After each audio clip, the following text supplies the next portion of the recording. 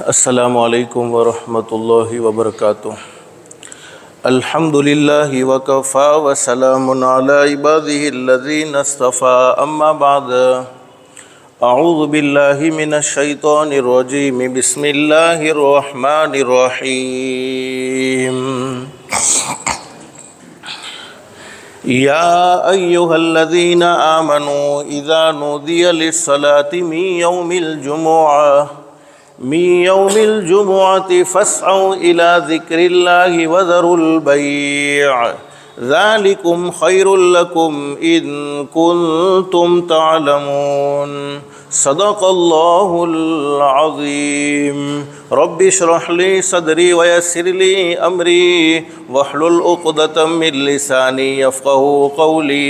सुब्हानक ला इल्म लना इल्ला मा अल्लमतना इन्नका अंतल अलीमुल हकीम। दुरूद शरीफ पढ़े।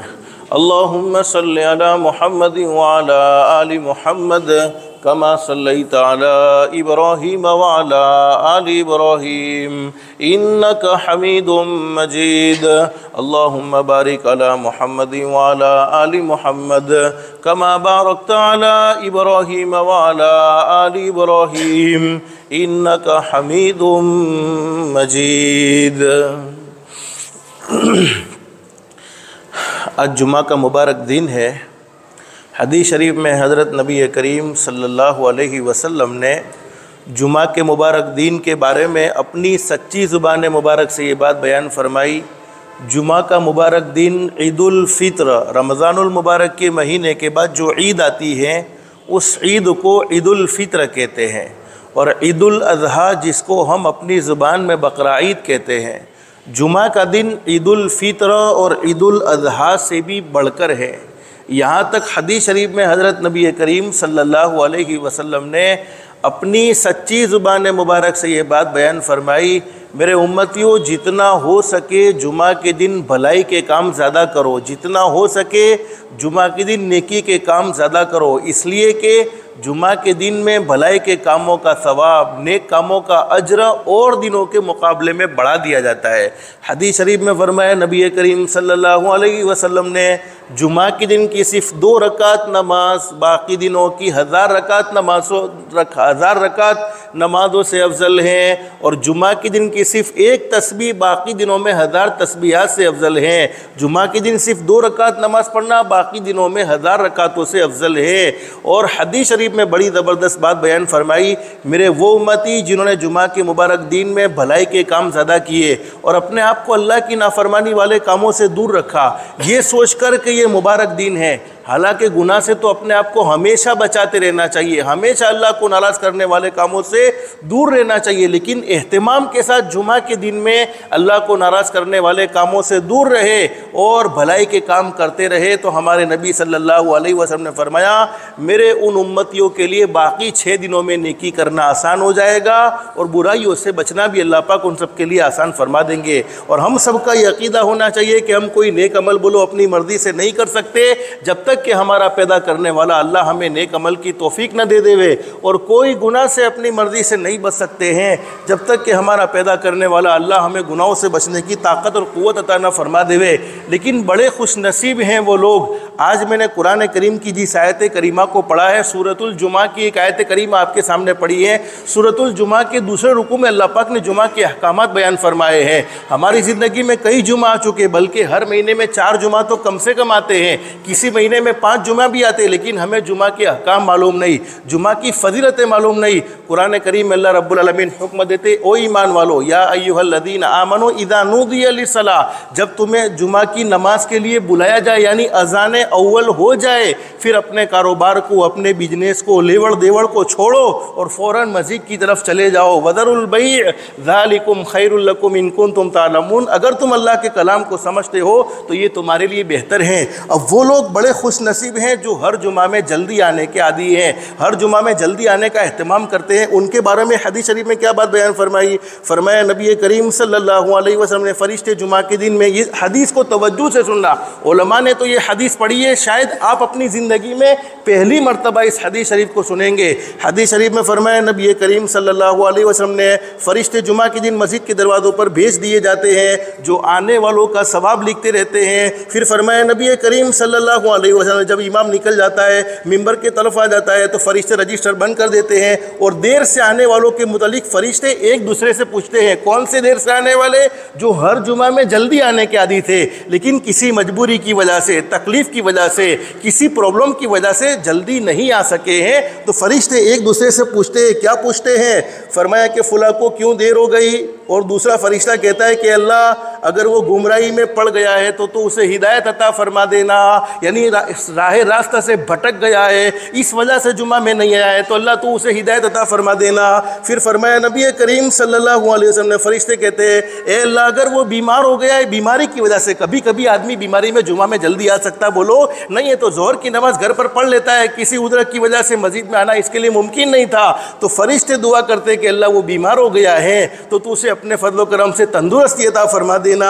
फिर फरमाया कि अल्लाह, अगर वो गरीब हो गया है, वो फ़कीर हो गया है, तंग दस्ती ने, बिजनेस की प्रॉब्लम ने, कारोबार की प्रॉब्लम ने उसे जल्दी आने नहीं दिया है, गुर्बत की वजह से वो जल्दी नहीं आ सका है, अल्लाह तो उसे हलाल पाकीदा रोज़ी अता फरमा देना।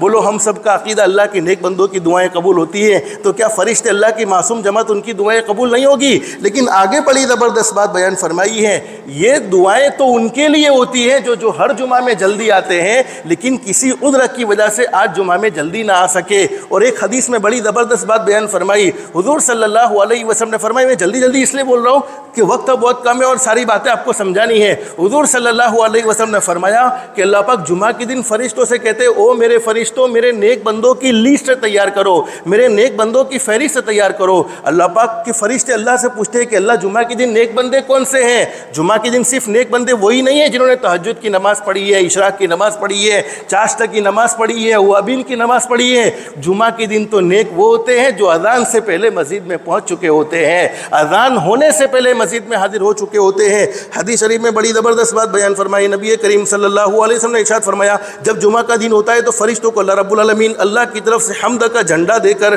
फरिश्तों को अल्लाह की तारीफ़ का झंडा देकर हर उस मस्जिद में पहुँचा दिया जाता है जहाँ जुमा की नमाज होती है। जिब्रील अमीन अलैहिस्सलातु वस्सलाम मस्जिद हराम में जाते हैं और फरिश्तों के हाथ में एक रजिस्टर होता है, रजिस्टर आप समझते हैं, नोटबुक होती है, एक रजिस्टर होता है, और वो फरिश्तों के चेहरे 14वीं रात के चांद से भी ज़्यादा मुनव्वर होते हैं, और उनके पास सोने का कलम और चांदी के कागजात, कलम सोने का और वो रजिस्टर के जो कागजात होते हैं, हदीस शरीफ में उसकी कैफियत बयान फरमाई, वो चांदी के होते हैं और वो लोगों के सवाब को लिखते रहते हैं। जो शख्स इमाम से पहले आता है तो उसके मुतालिक लिख दिया, फिर जो शख्स इमाम के खुतबे के निकलने के बाद आता है, यानी खुतबा शुरू होने के बाद आया तो उसके मुतालिक लिख दिया, खुतबे में हाजिर हुआ तो उसके मुतालिक लिख दिया, जो शख्स शुरू होने के बाद यानी खुतबा शुरू हो जाने के बाद आया तो उसके मुतालिक लिख दिया, जो सिर्फ नमाज में हाजिर हुआ उसने खुतबा नहीं सुना तो उसके मुतालिक भी लिख दिया। लेकिन आगे बड़ी ज़बरदस्त बात, ये तवज्जो से सुनो, और इस हदीस को सुनने के बाद तो मैं यकीन से कहता हूँ जिसके दिल में हज़रत नबी करीम सल्लल्लाहु अलैहि वसल्लम के फरमान की अहमियत होगी वो कभी जुमा की इस फजीलत को बोलो छोड़ सकता। फिर फरिश्त जब इमाम सलाम फेर देता है, सलाम फेर दिया मतलब क्या हुआ? जुमा की नमाज बोलो मुकम्मल हो गई, मुकम्मल हो गई। अब फरिश्ते लोगों के चेहरों पर नज़र डालते हैं, लोगों के चेहरों को देखते हैं, और अगर फरिश्ते को कोई ऐसा शख्स नज़र नहीं आता जिसका नाम गुज़श्ता हफ्ते में पहले आने वालों में लिखा गया था, फरिश्ते देखते हैं, चेहरे देखते हैं, लेकिन कोई ऐसा आदमी नज़र नहीं आता जिसका नाम गुज़श्ता जुमे में अपने हाथों से जल्दी आने वालों में लिखा था।